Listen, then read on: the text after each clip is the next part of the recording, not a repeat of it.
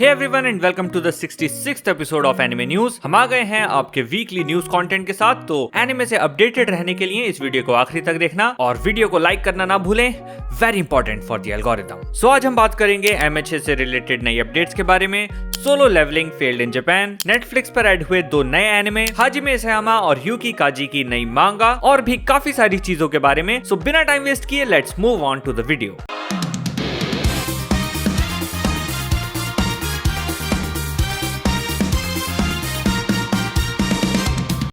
Start करने से पहले a huge shout out to all the channel members who have joined to support the channel. You can also do the same by clicking the join button. Part 1 anime announcements, trailers, promos and more. इस week my hero academia को लेकर काफी कुछ सामने आया है। सबसे पहले क्रंचीरोल ने इसके 7th सीजन को 4 मई को स्ट्रीम करने की अनाउंसमेंट की है। स्ट्रीमिंग वर्ल्ड वाइड होगी एक्सेप्ट एशिया। इसी के साथ Crunchyroll MHA memories recap episodes को भी सैटरडे से स्ट्रीम कर रहा है। इसके अलावा टोहो एनिमेशन ने एमएचए की 4th movie My hero Academia the movie you are next का 2nd टीजर वीडियो भी रिलीज कर दिया है। टीजर मूवी के मेन विलन डार्क माइट को भी रिवील करता है, जो कि ऑल माइट की ही तरह दिखता है और इसे ऑल माइट के वॉइस आर्टिस्ट केंता मियाके ने ही वॉइस दी है। मूवी 2 अगस्त के लिए शेड्यूल्ड है और इसे टेंसाई ओकामुरा डायरेक्ट कर रहे हैं। ओरिजिनल मांगा क्रिएटर कोहेई होरिकोशी इसमें जर्नल सुपरवाइजर और ओरिजिनल कैरेक्टर डिजाइनर के रोल में इन्वॉल्व रहेंगे। जुजुत्सु काइसेन दुनिया का सबसे पॉपुलर एनिमे बन चुका है Guinness book of world record के अकॉर्डिंग। उनके डेटा के अकॉर्डिंग अटैक ऑन टाइटन पिछले 3 सालों से इस टाइटल पर बना हुआ था और इस साल 64% की व्यूअरशिप के साथ AOT lost it to Jujutsu Kaisen, which is at 71.3% viewership. और इसके साथ JJK ने वन पीस को भी बीट कर दिया है, जिसकी व्यूअरशिप परसेंटेज है 56.7%। साथ ही वन पीस और जुजुत्सु काइसन के through out the year popularity comparison का चार्ट भी शेयर किया गया है। जब जुजुत्सु काइसन रिलीज हुआ था तो वो अपने एपिसोड्स के साथ अपनी कंट्रोवर्सीज के लिए भी ट्रेंड में था। One Piece Egghead Island arc का latest episode number 1100 powers on a different level Luffy versus Lucci IMDb पर 9.9 रेटिंग के साथ वन पीस का हाईएस्ट रेटेड एपिसोड बन चुका है। एंड वेल मैं अभी तक कैचअप तो नहीं कर पाया हूँ, but see you soon. Solo Leveling failed in Japan. जी हाँ, रिसेंटली ओराइकन ने top 20 Blu-ray and DVD sales का डेटा रिलीज किया है एंड सोलो लेवलिंग की ब्लू-रे का वॉल्यूम 1 डिस्ट्रीब्यूशन 27 मार्च से शुरू हुआ था। माय एनिमे लिस्ट पर 3rd highest rated winter 2024 anime होने के बावजूद सोलो लेवलिंग की ब्लू-रे जापानीज मार्केट में कंप्लीटली फेल हो चुकी है। It did not appear even in top 20 list, but anime के सीक्वल के लिए ये सेल्स मायने नहीं रखती हैं, क्योंकि जापान की एनिमे इंडस्ट्री इवॉल्व हो रही है और एनिमे की सक्सेस नेसेसरीली अब डीवीडी और ब्लू-रे से ही काउंट नहीं होती है, बल्कि स्ट्रीमिंग भी एक काफी इंपॉर्टेंट फैक्टर बन गया है। और अगर आप क्रंचीरोल पर देखेंगे तो एनिमे के 13 में से 9 एपिसोड्स को 100,000 लाइक्स मिले हैं, जिससे इसकी पॉपुलैरिटी का अंदाजा लगाया जा सकता है। वीकली बॉक्स ऑफिस की बात करें तो live action movie the strange house Japanese box office पर अपने 3rd वीकेंड में 17.28 मिलियन US की अर्निंग के साथ फर्स्ट पोजीशन पर बनी हुई है। इसके बाद है Haikyu the movie decisive battle at the Garbage dump, जो कि अपने 7th वीक पर भी 2nd पोजीशन पर है with a collection of 57.65 million US।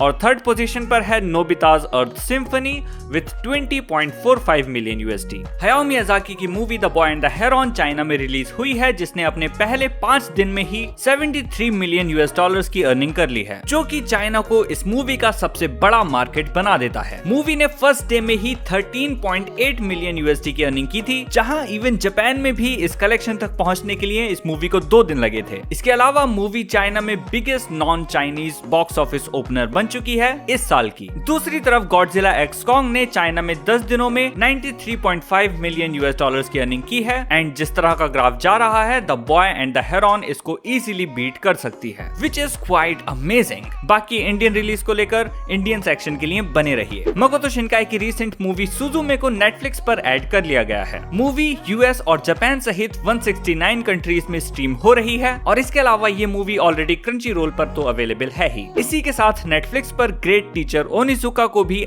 American region में ऐड कर दिया गया है, जो कि इंग्लिश सब और डब दोनों में अवेलेबल है। Small but major updates. Studio clips की highly awaited Berserk anime adaptation animation Berserk the Black Swordsman को अपने ट्रेलर की रिलीज विंडो मिल चुकी है, वो भी लाइव ऑडियंस के सामने। इसके ट्रेलर की स्क्रीनिंग ओटाकू फेस्ट इवेंट में होगी जो कि मैक्सिको में होने वाला है 18 और 19 मई को। इसकी जानकारी स्टूडियो एक्लिप्स ने अपने ट्विटर हैंडल से दी है और ट्रेलर के साथ हमें इसके behind the scenes animation material भी देखने के लिए मिलेगा। बर्सर्क लेट केंतारो मियुरा का मास्टरपीस वर्क है जिसका फैन अडेप्टेशन स्टूडियो एक्लिप्स कर रहा है। हीरो माशिमा और आत्सुओ युएदा की फेरी टेल 100 ईयर क्वेस्ट का एनिमे अडेप्टेशन जुलाई के लिए शेड्यूल्ड है और रिसेंटली इसका एक की विजुअल भी रिलीज किया गया है जिसमें इसके मेन कैरेक्टर्स का लुक रिवील किया गया है। इसमें नात्सु, लूसी, ग्रे, एर्जा और विंडी के साथ साथ हैप्पी और कार्ल भी दिखाई दे रहे हैं। पुरानी कास्ट इसमें रिटर्न कर रही है और शिंजी इशिहारा इसके चीफ डायरेक्टर होंगे under JC staff. Blue Lock episode Nagi 19 अप्रैल से जापानीज थिएटर्स में ओपन हो रही है। मूवी IMAX, MX 4D और 4DX में रिलीज की जाएगी। मूवी की 2 नई कास्ट रिवील की गई हैं। जापानीज कॉमेडियन सेया जो कि हाकुहो हाई स्कूल सॉकर टीम के मेंबर को वॉइस देंगे एंड वॉइस एक्ट्रेस मामी कोयामा जो कि मिकागी कॉर्पोरेशन की शॉफर एंड मेड के रोल में एज गेस्ट स्टार अपीयर होंगी। केन कावासाकी और यू फुरुसावा की गोल्फ बेस्ड मांगा ओए तोनबो का एनिमे Amazon प्राइम वीडियो पर एयर होना शुरू हो गया है। एनिमे जापान में इंग्लिश और जापानीज दोनों लैंग्वेजेस में एयर हो रहा है। एनिमे को जिन गु ओ डायरेक्ट कर रहे हैं जो बेब्लेड बज़ फ्रेंचाइजी के लिए जाने जाते हैं और एनिमे के प्रोडक्शन में स्टूडियो OLM का हाथ है। ब्लू पीरियड एनिमे की लाइव एक्शन अडेप्टेशन बन रही है जो कि एक मूवी होगी। ब्लू पीरियड एक आर्ट बेस्ड मांगा है और इस प्रोजेक्ट को केंतारो हागिवारा डायरेक्ट कर रहे हैं अंडर वार्नर ब्रदर्स स्टूडियो। हागिवारा ने इससे पहले टोक्यो घोल की 2017 वाली लाइव एक्शन अडेप्टेशन बनाई थी और ब्लू पीरियड की इस लाइव एक्शन को 9 अगस्त 2024 को जापानीज थिएटर्स में रिलीज किया जाएगा।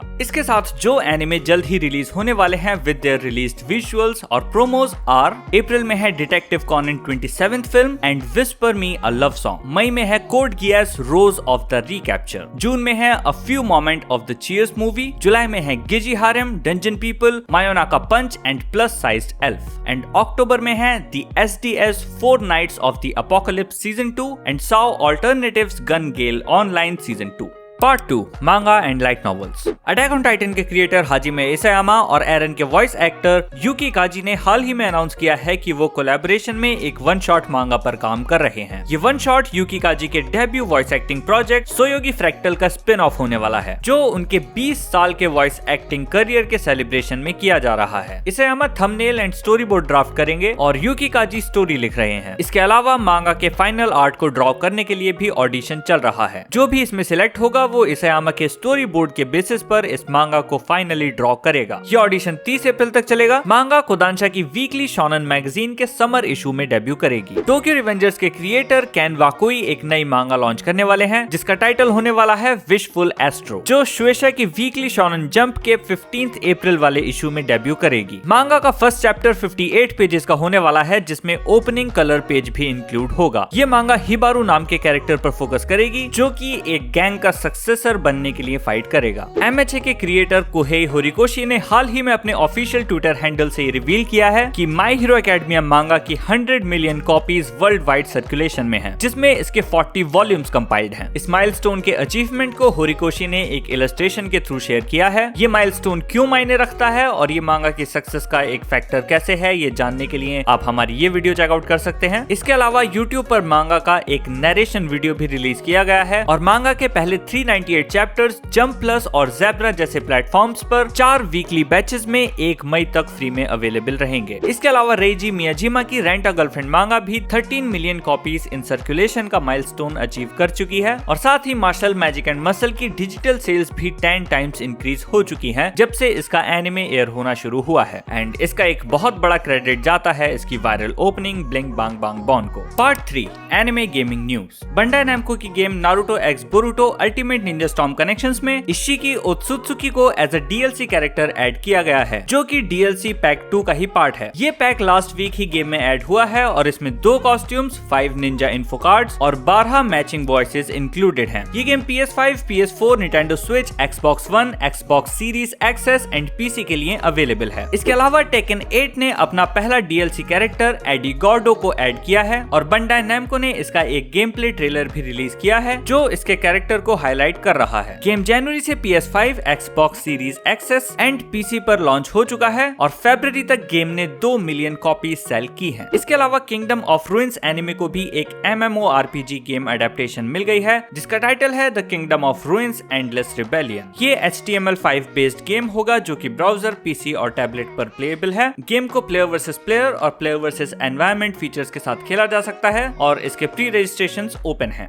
Part 4 anime news related to India. Netflix पर Parasite the Grey live action के ड्रामा सीरीज एयर होना शुरू हो चुकी है। इसके अलावा नेटफ्लिक्स पर कुछ और शोज भी इंडियन रीजन में ऐड हुए हैं जिनमें है मासामुने कुन्स revenge and great teacher Onizuka. और इसके अलावा जो आगे ऐड होने के लिए शेड्यूल्ड हैं उनमें है the Grimm Variations, City Hunter live action movie और टाइम पेट्रोल बॉर्न। क्रंचीरोल के कुछ एनिमे की स्ट्रीमिंग इंडियन रीजन में शुरू हो चुकी है जिनमें है गॉड्स गेम्स वी प्ले और रीमॉन्स्टर। दोनों ही एनिमे इंग्लिश, तमिल और तेलुगु में साइमलकास्ट हो रहे हैं। वहीं गॉड्स गेम वी प्ले का हिंदी डब भी साइमल्टेनियसली स्ट्रीम हो रहा है। इसके अलावा Konosuba season 3 train to the end of the world, I was reincarnated as the 7th prince so I can take my time perfecting my magical ability, laid back camp, an archdemon's dilemma, how to love your elf bride, a condition called love, astronaut, sound euphonium season 3, grandpa and grandma turn young again, the irregular at the magical high school, date a live और the misfit of demon academy season 2 cour 2 भी simultaneously stream हो रहे हैं। और my hero academia season 7 14 मई से air होना शुरू होगा। एनीवन एशिया के यूट्यूब चैनल ने high speed Etoile, Blue Archive the animation, Rinkai, Konosuba season 3, laid back camp और the irregular at the magical high school को स्ट्रीम करना शुरू कर दिया है। The Boy and the heron एक बार फिर हमारे विनिंग साइड में आ गई है। PVR की डील कैंसिल होने के बाद वार्नर ब्रदर्स इंडिया ने इस डील को ऑनकोर फिल्म के साथ क्रैक कर लिया है एंड फाइनली अनाउंस करके ये कंफर्म किया गया है कि मियाजाकी की ये फिल्म इंडियन थिएटर्स में बहुत जल्द ही दस्तक देगी एंड फॉर श्योर हमें नेटफ्लिक्स से पहले इसको बिग स्क्रीन पर देखने का मौका मिलेगा। Warner Brothers came at the last minute rescue for the anime fans and we should be thankful and go watch this movie in huge numbers. Haikyu the Battle of the Garbage Dump movie भी Indian cinema में जल्द ही release होने वाली है। Media link जो कि anime content को south east Asia में डिस्ट्रीब्यूट करता है, उन्होंने हाल ही में एक प्रेस कॉन्फ्रेंस के दौरान मूवी की इंडियन रिलीज कंफर्म की है। मूवी ऑलरेडी ताइवान और हांगकांग में रिलीज हो चुकी है एंड मोस्ट प्रोबेबली इंडिया में भी मई के एंड तक रिलीज हो जाएगी। ये मूवी कैनन तो होगी ही लेकिन उसके साथ इसे हाईक्यू के फिनाले का फर्स्ट पार्ट बताया जा रहा है।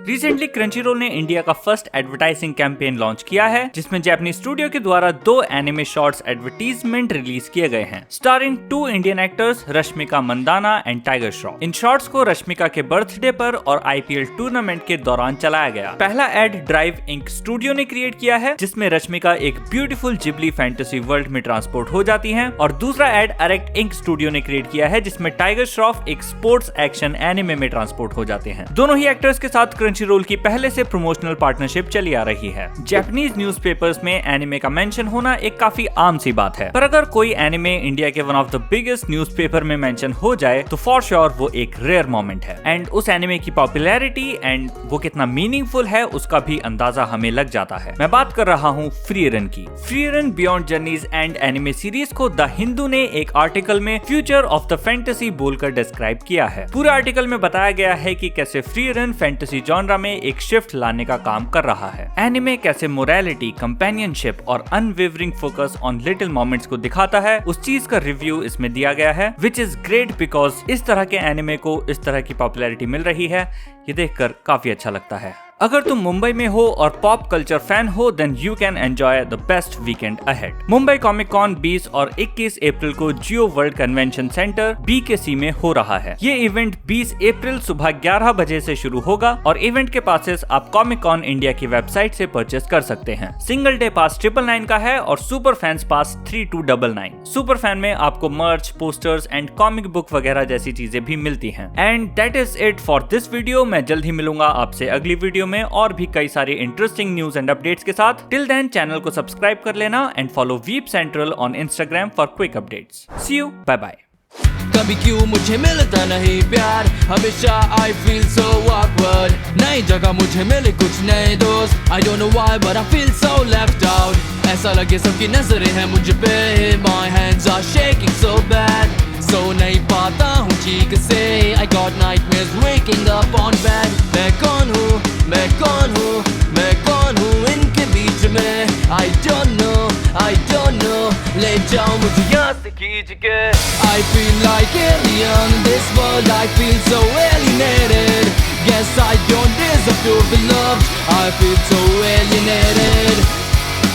बस हो गया मेरा बहुत, अब क्या करूं, I feel like alien.